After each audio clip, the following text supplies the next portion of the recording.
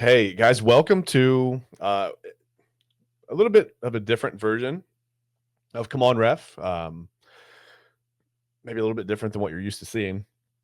I'm here with all the people that love me to talk about sports. I'm kidding. No, I'm kidding.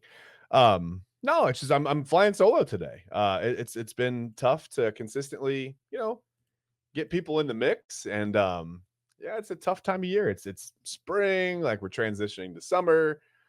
People have kids, man. The school years are ending. People are going on vacations.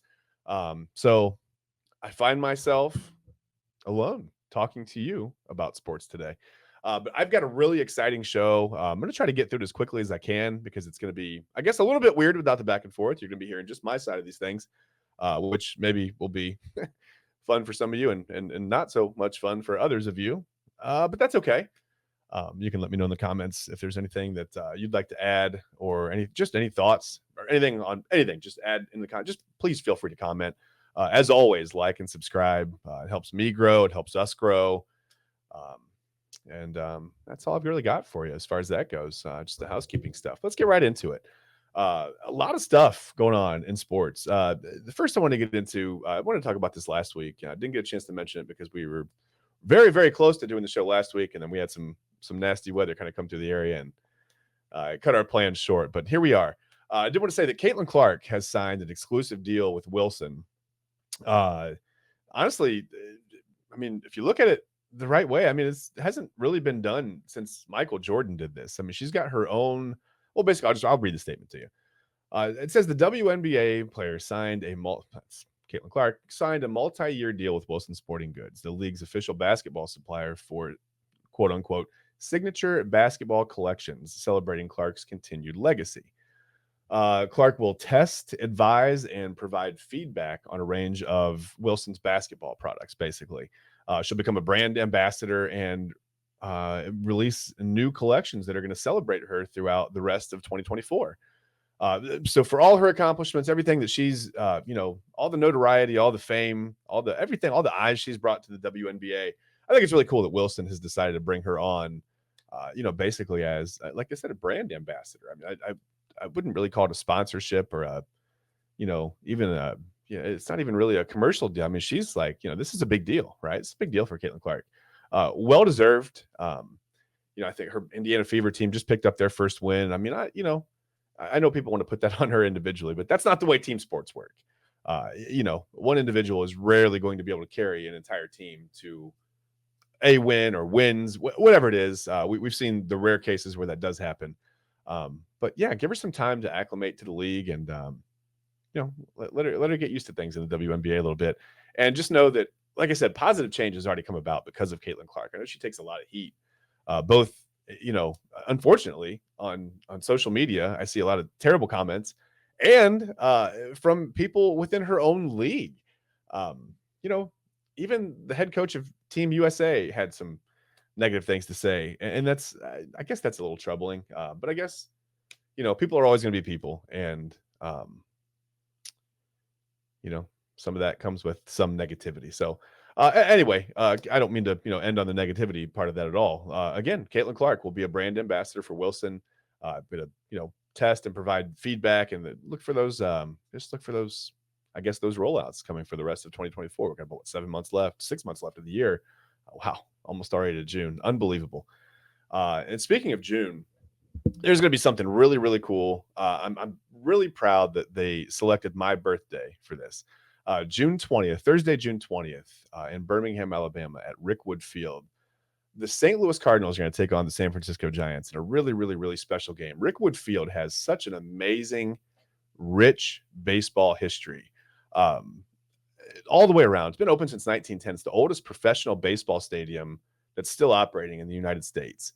And it was a mecca for the Negro Leagues. Obviously from 1920 until about 1951-ish, when I think that's when most people recognize that the Negro League stopped being a major baseball league. It just integration had happened somewhat, and we'd seen Jackie Robinson and a number of players come over, and I think at that point the talent was starting to finally deservedly so make their way into the major leagues. And I think, financially that obviously hurts some things a little bit. But to get back to Rickwood Field, June 20th, Giants and Cardinals. This is a tribute to the Negro Leagues. And it comes at a great time. I mean, today is really an exciting day for baseball as well. Major League Baseball announced that they're finally going to officially integrate all of the Negro League stats into the Major League Baseball statistical database, finally recognizing these players as Major League Baseball players. Deservedly so. Just such good news. I mean, I know people have mixed feelings on this, and you know, I don't know what to tell you. I mean, these guys were at the top of what you really would want to have seen baseball wise. And people act like they ducked competition by not playing in the major leagues. They weren't allowed. They weren't allowed to compete with quote unquote what we like to call the best of the best. We'll never really know, right? We'll never really know. But these guys deserve this and so much more recognition. I'm really, really excited about this. I mean, for instance, I mean, this guy, listen now, Josh Gibson of the Homestead Grays, right? He is the new all-time career leader in batting average. He passed Ty Cobb. He also passed Babe Ruth, by the way, in career slugging percentage and OPS. So Gibson put up some numbers. He's also another record that Josh Gibson will hold now. Single season batting average, 466. He put up in 1943 for the Homestead Grays. Legendary Negro League team. Josh Gibson was a legendary player. I believe Satchel Paige is now getting 125 wins, official wins, added to his total. Exciting news that we're finally seeing these guys listed as, some of the statistical leaders of all time in baseball. It's well deserved. It's so far past due. It's ridiculous, to be honest with you. But it's good to finally see that progress. It's great to see that. And again, June 20th, Birmingham, Alabama, Rickwood Field. I don't know how many seats. I know it's limited, and it's in the middle of the neighborhood. I was reading the statement, and they're literally asking fans to park at another field, take a shuttle to the stadium, and while they're waiting in line, they want people to be respectful of people's homes. I mean, people's homes are right there. This is not, your typical major league stadium where it's like the whole, downtown area, or it's completely encased by concrete and parking lots and office buildings. I mean, these people live around this field. Super exciting. One thing that I read about Rickwood Field, this was mind blowing, that 181 of 352 people in the Baseball Hall of Fame have either played, managed, led a team, umpired a game, or had something to do with baseball in some capacity at Rickwood Field.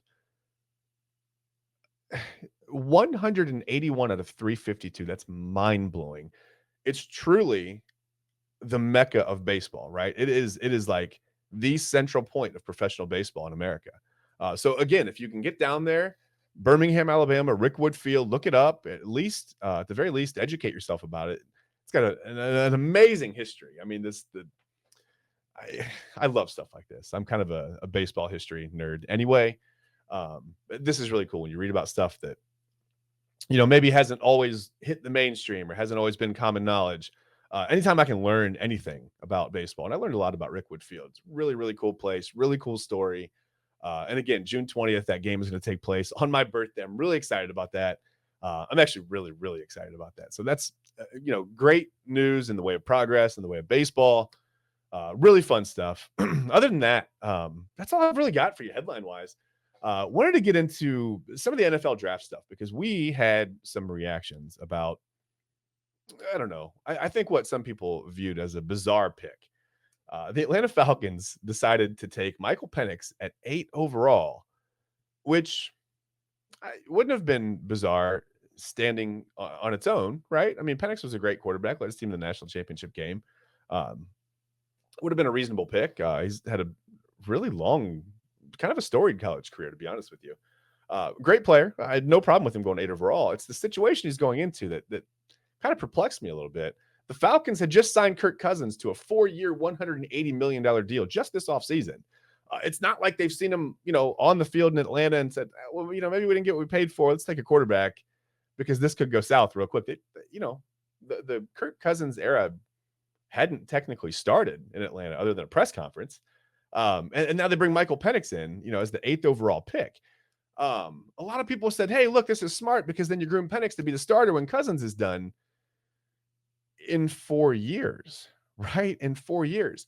That would leave Penix Penix is already 24 years old. He's already had, a 6, 7, 25-year college career. It's with the COVID year and transfers and maybe there was a medical red shirt. I don't even know, honestly, what happened in there. But yeah, he's 24 now. So if things go well, because when you pay a quarterback $180 million, you hope they go well. You hope things go well, right? If things go well with Kirk Cousins, you're looking at Penix, not being on the field for 4 years at a minimum, right? That's 28 years old. The last, maybe maybe we're a little jaded here in Cleveland because the last quarterback that we know of that made a start at 28 years old was Brandon Weeden. He was the 22nd overall pick in the 2012 draft. He also very quickly became the first quarterback to, anybody want to take a guess? It's not good. Get stuck under a flag. Yeah, that happened. We'll just, maybe I can get a location icon pin. We can just, boop. We'll show you right where, there he is. Right under the flag. Amazing. Absolutely amazing. His day didn't get better, by the way. That was, when was that? September 9th, 2012, that debut with the Browns. Palpable electricity in the dog pound, right? Like we finally have a quarterback who can knock clay pigeons out of the air by throwing a football. Is that important? Was that a thing? I remember seeing that sports science and going, hey, the Browns got a guy here. You go clay pigeon shooting and you don't even need to bring a gun with this guy. Huh? Like, well, anyway, I bought into that. I was like, this is really exciting. He's super accurate. Browns are probably going to win the Super Bowl in the next 3 years, right? No. He, where are his numbers? Do I have his numbers that day? Yeah. 12 of 35, which is honestly, it's better than I even remember. 118 yards and 4 interceptions, which almost eclipsed his quarterback rating of 5.1. So it's not great. Quick review. 22nd overall pick at 28 years old. Stuck under one flag. First quarterback to ever do that. That's amazing. Congratulations, Brandon Weeden. That's an accomplishment. And then he threw 4 picks immediately in the game. In one of the sloppiest, ugliest games I think I ever remember watching ever in my football watching career. It was an awful game. Somehow the Browns found a way to lose that game, though Michael Vick would throw 4 interceptions, I believe, as well that day for the Eagles. Anyway, it was a mess.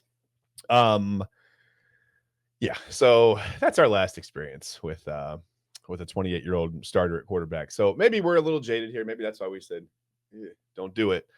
Maybe it'll work out for the Falcons. I have no idea. I don't know what the long-term plan is. I can't imagine you want to keep a guy on the bench and start him for the first time at 28, losing most of his physical peak years there. As an NFL player, I mean, you don't have too long to play. Although there's the rare, Tom Brady, Brett Favre. You got guys that play until they're 40 or almost 40, whatever. I just don't know what the long-term goal is there. That's a tough look for me. I've had people try to explain it to me and I can see some of the point of view, but again, best case scenario, you're looking at 28 years old when he finally hits the field as a starter. I just don't know unless they had an opportunity to really improve on their defense there with that 8th overall pick, or they could have gotten Kirk Cousins a weapon, right? That he could have had at his disposal for the next 4 years at that 8 overall pick. They just had so many options, and to go with another quarterback, a starting level. I mean, listen, if I take a guy 8th overall, I expect him to be a starter within that calendar year, right? I know quarterback's a tough position to come in right away and be the guy, but listen, as a top 10 pick, aren't the expectations there? I mean, I don't know. Maybe it'll work out for the Falcons. Maybe we'll come back to this and I'll clip this in 4 years or 5 years or 6 years when Michael Penix is clearly on his way to being a Hall of Famer, and I'll go, hey, Falcons knew what they were doing. Who the heck am I? But we'll see. We'll see what happens. The Browns draft I thought was very interesting. Again, they didn't have a pick until number 54 overall. So really nothing to get excited about in the first round, except for, the Falcons doing crazy things. At least for Browns fans. So the Browns took Michael Hall Jr. from Ohio State, which I thought was a great pick at number 54. As a guy who could probably work his way into being a starter, maybe not this year, but maybe as soon as next year on that defensive line. He's going to be a rotational guy for sure. Great penetration, get after the quarterback a little bit. Seems to have a really low center of gravity. Plays, pretty tough. Good motor. And then, ironically, at their next pick, I'm sorry, that was the second round. I think I said the third round, but their next pick was the third round, number 85 overall. They took Zach Zinter from Michigan. I love the pick. Tough kid. He had an unfortunate injury in that Ohio State-Michigan game where he was actually thrown into a player was thrown into his leg, broke the bones in his lower leg. Ironically, that player was Michael Hall Jr., who the Browns selected at 54.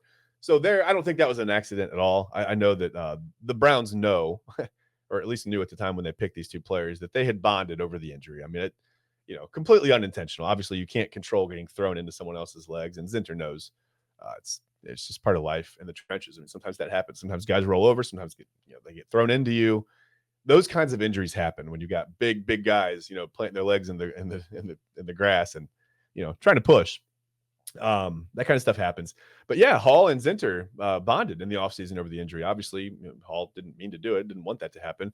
So he checked in on Zinter. The two struck up a friendship, and now the Browns take them back to back in the draft. I think that does a lot. I mean, I think they'll get the opportunity to maybe go against each other in practice a little bit, but they come in with the familiarity. It's hard to.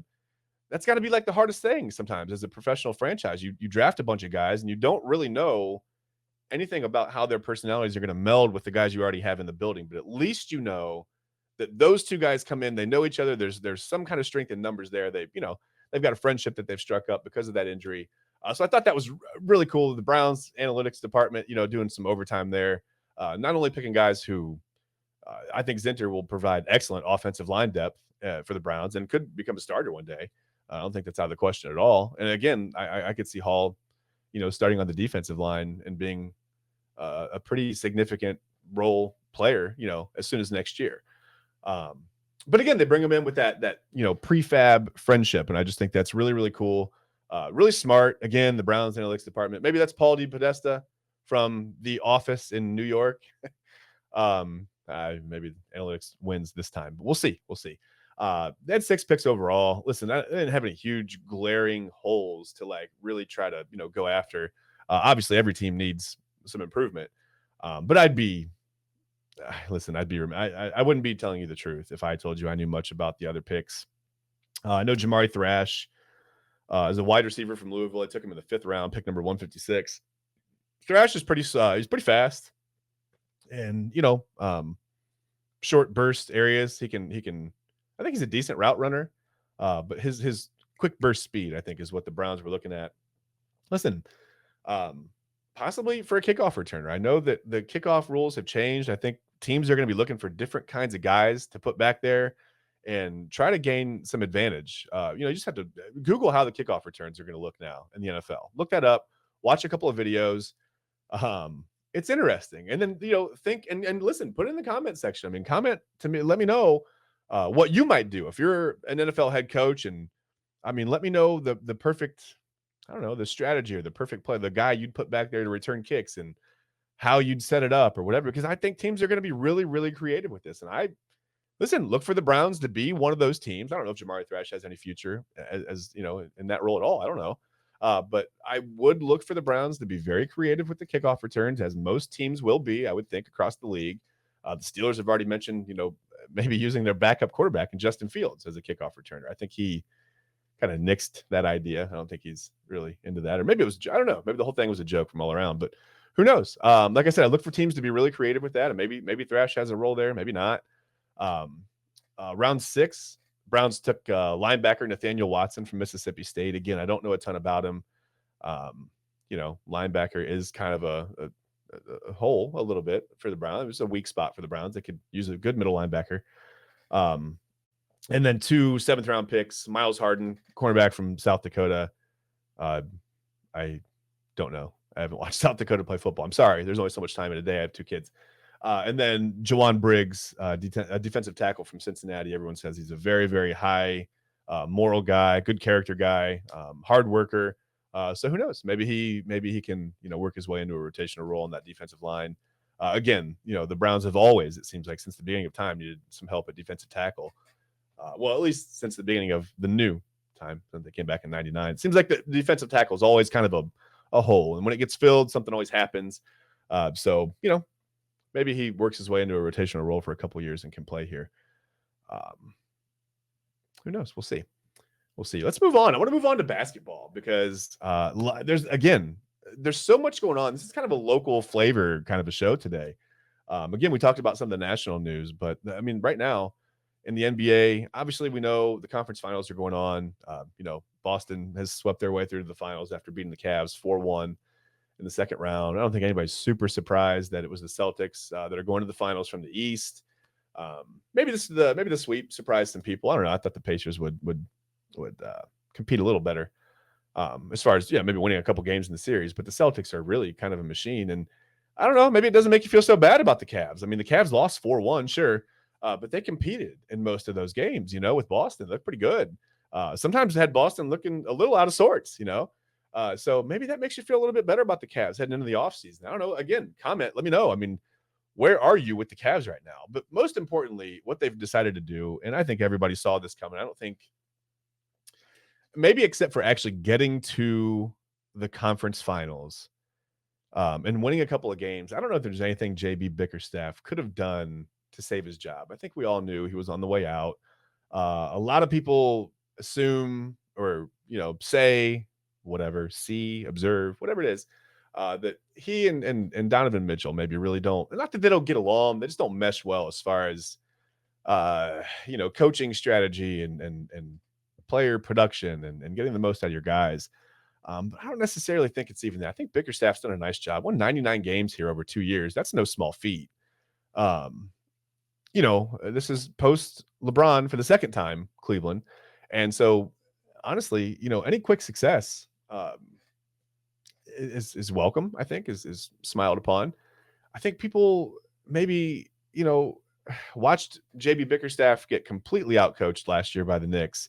And just, I don't know. I mean, I don't know if he was outcoached, but it just seemed like I think the argument was rotation, right? He only used, 7, 8 guys. You got to use more guys. Did he have more guys? Here's my question. Should the Cavaliers have maybe thought about letting Kobe Altman go? And I know that Altman has been building these teams and he does a pretty good job of acquiring talent. But here's my small issue, and I don't know as much about basketball as some people that I know.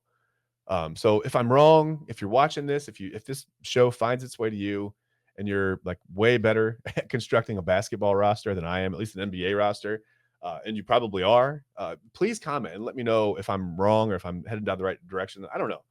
I just don't think Darius Garland and Donovan Mitchell can play together. And I don't think it's I don't think it's a personal thing. I don't think they don't get along or anything like that.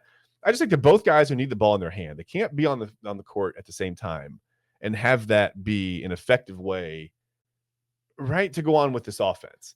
By that same token, I worry a little bit about Jared Allen and Evan Mobley being on the floor together. And most of the time, you've got these guys on the floor at the same time as each other. And I think they all hold each other back a bit. I think Jared Allen's a great player. He's shown, stretches of, almost carrying this team at times, right? We love him when he's there. When he goes away, it's noticeable. So, he's a great player.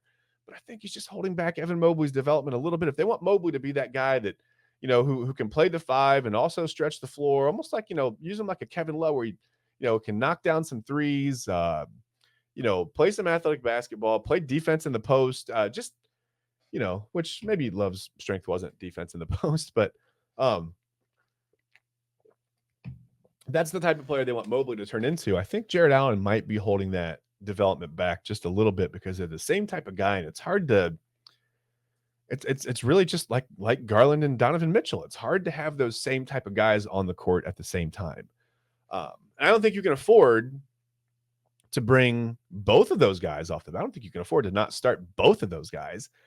Maybe one of, I don't know. I just think the Browns roster is insane. Browns. Are you kidding me? I think the Cavs, I'm looking at my notes here for the next topic or for the last topic. I think the Cavs roster is just so in flux right now. It doesn't seem like it because they've made, a decent playoff appearance this year, right? They won a series. They struggled a little bit more with Orlando than maybe we would have liked them to. Paolo Banchero came out of that series and people were talking about, hey, maybe he's the next Magic Johnson. And I think maybe pump the brakes on that. I think it was just maybe the way the Cavs were having a tough time defending him and defending Orlando, in general in that series. But yeah, I mean, to take Orlando to say, it took them to 7 games, to beat the Magic, to eliminate the Magic and to get onto the Celtics.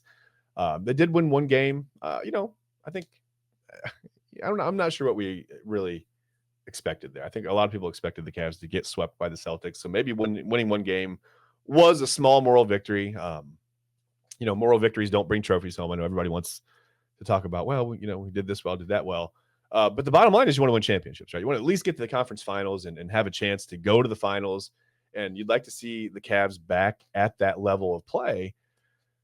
I don't know that they can do it with the roster currently built the way it is. They seem to have this weird aversion to like the 6'7", 6'8" wing guy who, the 3 who can shoot some threes and create a little bit offensively. And maybe, in a pinch can come run the point, or maybe it can drop down on the post and do a little bit defensively or offensively. And, just those long length guys that like make it tough to do anything on the perimeter, right? Like they just really seem to have an aversion the way the Browns had an aversion to good wide receivers for a while. I don't know if you remember at one point, the Browns were like so defiant about we don't need a wide receiver to win a Super Bowl. You've seen plenty of teams win, with no, not really. I mean, you've seen a couple of teams do okay with average wide receivers, but I mean, when you look at, roster construction and the way NFL teams were built, most teams that were winning a Super Bowl had a great quarterback, great wide receiver, blah, blah, blah. It went on and on. But the Browns seem to ignore that the way the Cavs are ignoring this 6'7", 6'8", 6'9". And it's not like there's a shortage. There's plenty of these guys out there. And they've been available. They've been available in trades. They've been available in free agency. They've been available in the draft. And the Browns, I did it again. The Cavs seem to want to go for, I don't know, the 4, the 6'10", 6'11" guy that they can try to turn into a stretch 5. And it's a weird thing. They just keep kind of swinging and missing on this position. I think maybe Isaac Okoro was an attempt at this. But again, I don't know that he's really ever going to turn into that kind of player. I think the Cavs need to actively go out and find a 3 that can, drop down to the post and do a little bit, come up to the point, do a little bit, maybe even operate as a shooting guard, whatever. They just need that guy that can score, that can fill up, right? And some length. I think the Cavs go 6'1", 6'4", 6'5" in the backcourt. As maybe I'm wrong on the sizes, but that's got to be, I mean, that feels like in late 80s, early 90s kind of a backcourt. It's really, really small. And I get it's fast, but it's really hard to produce, any kind of offense when you've got such a size disparity. I mean, guys are, like I said, playing the wing now at 6'8", 6'9", even 6'10". So I think they're going to need one of those guys. I think they've got to do that. So again, in the comments, let me know. I mean, do you think the Cavs will sign Donovan Mitchell to a max contract? Do you think they'll look to move him to try to fill, to maybe get some draft picks back and bring some pieces in? Can Jared Allen coexist with Evan Mobley? Can they play together, and can that be cohesive, right? Or is he holding back Mobley's development? And maybe like one of the most important questions I'd like to hear you guys answer. Would you want to see LeBron and Bronny on this roster? Do you have any desire to see how that could turn out? Because sometimes I look at this roster and I'm like, hey, with LeBron as a little bit of a facilitator and not so much like trying to take on the scoring load every night to put up 45, 14 and 10 or whatever. I think this could be a pretty good team with LeBron as a facilitator still. I think that. I don't know exactly how Bronny fits in. I don't think we'll know until we see him, at least if he gets a chance to play. I don't know. We'll see him attempt to play in the NBA. I know the college career didn't go well, but I think you have to give the kid a break. I mean, he's coming off a major cardiac event, right? And probably just kind of taking baby steps to get back to the point where he's comfortable really pushing his body to the limit. I know people don't ever think about that. It's like a video game, right? He's back. Boom. He's healthy. Put him in there. He stinks. Get him out of there. Cut him. Delete the player. Whatever, right? People are so quick. And they're so quick to hate because he's LeBron's son. somehow he could control, the situation in which he was born. I don't know. I mean, I think it's weird that grown men and women in some cases will go online and direct so much hate. I mean, we like to call them grown men because they've turned the magical number. They're 18, but we know that science tells us our brains don't fully develop until we're 30. And some of our some of our wives will tell you our brains never fully develop. But we're calling these guys grown men and we're hating on teenagers. I think that's a weird look. Stop doing that. If you're doing that, don't do that. I don't care whose son it is. I don't care what your political. People are turning this into political. It's wild. Just chill out, man. Chill out. Let these kids develop. I mean, it's a kid. Let them develop. Just watch the sport and enjoy it, right? So yeah, again, let me know in the comments. Yeah, even more importantly, who do you want to see the Cavs bring in to replace JB Bickerstaff? I forgot. Yeah, we're talking about the coach getting fired. I didn't even mention that. Who are the Cavs going to bring in? I mean, who do you bring in to coach this team to get this team to the next level, to have them take the next step or whatever? I mean, you don't want to stay pat, right? Like if you're a Cavs fan, you don't want to just keep losing in the second round. So I don't know. Think about that too. And again, comment, let me know if you have ideas. I'm not even going to put out any ideas because I don't know who's available. I don't know who would be the best fit for this team. I don't know that. I'm looking to you guys. Please, Aiden Vance, if you're out there, comment. Let me know what you think, man. Aiden's like one of the guys that I know of that knows basketball so well. Another guy I went through sports emphasis with, Rayshawn Galat. Man, if this show finds its way to you, man, you're another guy who understands like the NBA and roster construction, like the ebbs and flows. So tell me, man. I mean, answer all these roster questions for me. Answer the head coaching question for me. You guys are it as far as I know, man. You guys know more than I'll ever know about basketball, and I appreciate that out of you. So let me know. And let's listen. I want to talk about the Guardians too. We have to talk about what's going on, right? At Progressive Field, because the Guardians are. Listen, you can say it's a fluke, but the Guardians don't get off to starts like this, right? They're 37-18. They're I don't know what they're something up on the Royals. I don't even know exactly how many they're up on the Royals right now. But they're in first place in the AL Central. I haven't looked at the standings since last night. I saw they beat the Rockies, but I didn't, take a quick peek at the standings afterwards. What I want to know is this team's 37-18. They're one of the best teams at home in baseball. They're really good on the road too. They've been so consistent. You had Charlie Morton of I'm a Braves fan. Charlie Morton will tell you. I mean, these guys are legit. Like when you look over into that dugout, when you play a series with a team, I think you get a feel for what kind of team it is, right? One off doesn't really tell you anything. But when you can play a Major League Baseball team for 3 games, 4 games, whatever the series goes for, I think you start to get a feel for what type of team that is. And Charlie Morton said, look, as you look into this team, like the bullpen is legit, right? Like the middle infield or the infield period is legit. At the time, I don't think Stephen Kwan was on the IL yet, but Kwan will be making his way back soon. He's already, I think he's made some rehab starts down at Lake County, so he's on his way back. He'll be back in the lineup soon. David Fry has come out of nowhere and is hitting like 860 or whatever. The guy's hitting like over 330 or whatever, 340 right now. It seems like every time I look up at a box score, I mean, this is no exaggeration. Every time I look at a box score, it's like Jose Ramirez is homered, Josh Naylor's homered, David Fry is homered. One of them has hit 2 homers. One of them has like 2 doubles and a homer. It's wild, right? They're really hitting the ball. And it hasn't truly started to warm up yet. I mean, if you're a Guardians fan, you watch this team year in and year out, and you've been watching since the Manny Acta days and whenever you started picking up this team, they normally heat up, right? Like the second week of June or so, and it starts to finally get warm every day. And the temperatures stop plunging. It's a cold, rainy day today. It feels like a fall day. And, it's not good for baseball. Hold a wood bat in your hands and try to hit a guy throwing 98 miles per hour on a day like this. If you don't believe me, it's not a lot of fun. But yeah, when the Guardians, when the weather warms up, man, the Guardians get going. And they're already going. They're already a top 5 team in baseball. What I want to ask you guys, and again, feel free to comment, whatever. I mean, you can comment right here in the comment section. I'll have a discussion with you. I'll see the comments. I'll try to get back to as many as I can. Please engage and let me know. Can this team make noise in October? Can they get to the World Series? Someone asked me on another show what I thought the Guardians needed to actually get over the hump and to be a World Series winning type of team.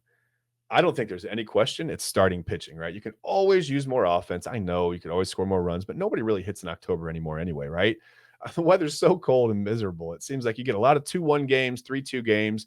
So the key in those 2-1, 3-2 games is to have a couple of pitchers up at the top of your starting rotation that maybe are listen, I saw the Cubs, I saw many teams do this to the Braves back in the 90s. The Cubs are a team that I can think of right offhand with Kerry Wood and Mark Pryor right at the top of the rotation. Guys throwing 95, 96, 97 plus, right? They make those October at bats really, really uncomfortable, especially in cold weather cities. Um, like I said, you're going out there, it's 45 degrees, you're holding a wood bat, and you got to face a guy 2 nights in a row, going 96, 97 plus. Just, psychologically, mentally, as a hitter, that puts you behind the 8 ball a little bit because like, okay, well, this isn't going to be the same as it was in July and August. Like, I can't just throw my barrel out there and expect this ball to fly 460 feet. It's not going to happen. And then you have people saying that baseball changes, that Major League Baseball changes the actual ball for the playoffs. I don't know. I mean, we've had people do experiments where they cut apart a ball that was used, one part of the season, cut apart a ball that was used during the playoffs. There are obvious physical differences, and if you know anything about baseballs, if they're wound tighter, they're going to go farther. If they're not, whatever. There are obvious physical differences. You've seen, well, I don't know if you've seen them, but you can see them. You can look that up. They're out there where people have done the experiment, and it shows a physical difference. So I don't know, conspiracy theorists. If you're out there, hey, maybe this is for you. Maybe there's no conspiracy. Maybe it's just maybe it's something obvious that they're doing. But again, no one hits in October really well. If you have a couple guys that can throw 97, 98 up at the top of the rotation, I think that puts you way ahead. And I don't know that the Guardians have that. The Guardians have some guys that have been really, really good. I mean, I think one guy in particular, Ben Lively has been not, again, now listen, not Blake Lively. Okay. I know Blake Lively loves Cmon Ref. I know she's a huge, she takes in our show. She'll probably won't admit it publicly, but I know her and Ryan Reynolds make a thing out of this every week, and they've been lost since Cmon Ref has been off for a few weeks. We've taken a little hiatus, but I know they'll be happy. Listen, Ryan Reynolds has Deadpool and Wolverine coming out. He's got Cmon Ref back. It's like a family thing. He does that with Blake. They love it, right? But she has not been pitching well for the Guardians. She didn't make the team. They didn't make the team, right? So why are we talking about her? Ben Lively's been unreal as that fifth starter, basically the fifth starter, just a call up. Just, hey, fill in here. And he's been really, really good. Tanner Bybee has shown signs of pure dominance. I mean, he shut down the Braves, back during that season, completely shut down the Braves. Tristan McKenzie, obviously pitching through an injury. He's been a little inconsistent, but what do you expect? I mean, you pitch with a torn UCL, you get what you get. And I think he's done just fine, honestly. They've been good. They've been really, really good. Okay. They've been good. They haven't been great, right? No one's talking about the Guardians having the best pitching in the league or even whatever. I think bullpen's good. Class A is really good. Class A's lights out. That's great. That's fantastic. You get to the lead or you get to the ninth inning with the lead and you feel like you're pretty good there. Hopefully that continues on in October. But again, I think it's starting pitching. I think the Guardians need to try to go out and do whatever they can do. And I know they're trying to call up some guys and they just want someone, right, to like showcase some potential so they can try to go get a starting pitcher, but it's going to be tough because they don't have a ton of assets. If I'm wrong, please comment, let me know. I mean, if they've got a ton of trade bait and I'm just missing it, at the AA and AAA level, let me know. Please, by all means. Again, if I'm wrong, tell me. I don't pay attention as closely to the Guardians as I do the Braves. But the Guardians seem a little bit challenged, really, honestly, and as far as assets go, and as far as trying to find something to throw together in a package without maybe using a major league ready guy to go get a starting pitcher. And you don't really want to use a major league ready guy if you're, if this is your window and you're trying for a World Series.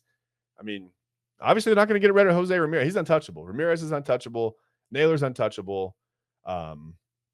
Maybe you want Manzardo to try to hit a little bit. Maybe you can package him into a deal, but he's gotten off to a pretty pedestrian start. I'm not saying he can't turn it around or that he won't turn it around. It's just right now, I don't think anyone's, chomping at the bit to throw their, any teams that are clearly going to be out of the pennant race. I don't think anybody's throwing their best starting pitcher at the Guardians right now for Kyle Manzardo, right? I don't think that's happening. But no, I think I just think they need, again, it's starting pitching, right? They have to have starting pitching. I don't know who. I don't know who would be the target out there. No one's given up on the season, certainly, on May 29th.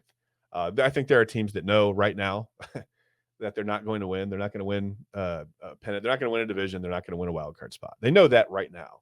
But they're still not going to give up because they're going to try to maximize those returns. I mean, they're going to, wait until the deadline to see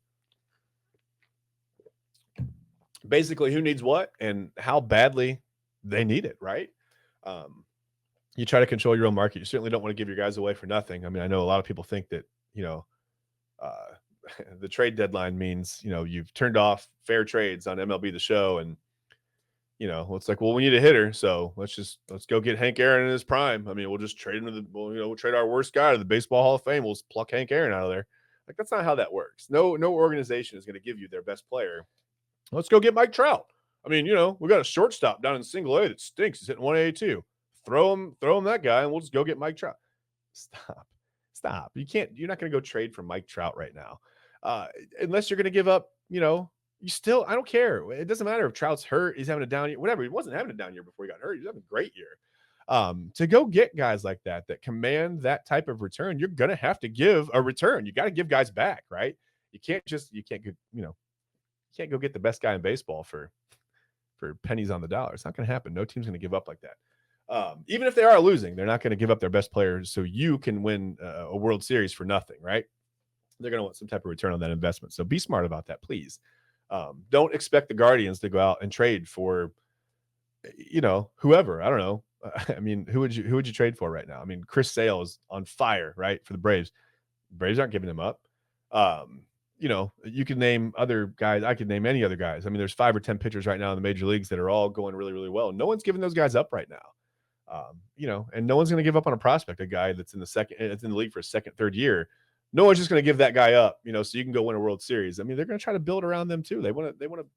Every team wants to win a World Series. It doesn't seem like some teams do sometimes, maybe the Pirates, but even the Pirates have been better. I don't know. Well, whatever. Let's just watch it, let it play out. But again, can the Guardians make any noise in October? I've rambled on long enough about this. You tell me. You tell me what you think they need. Do they need to go get, I don't know, a power hitting left fielder? I mean, I don't know. I mean, what anything that you think that they need to add to this roster, let me know. Please comment. Let me know. Just we can discuss it. And if I'm wrong, if you think I'm wrong, I mean, tell me. I like to hear other opinions.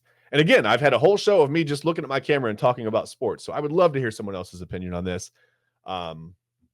On any of the stuff we talked about, the Cavs, who are they going to bring in to replace JB Bickerstaff, right?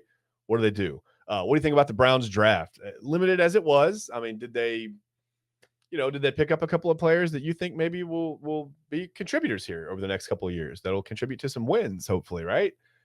Because all of a sudden, I mean, the AFC North looks like, I don't know. Again, I mean, are the Steelers contenders again?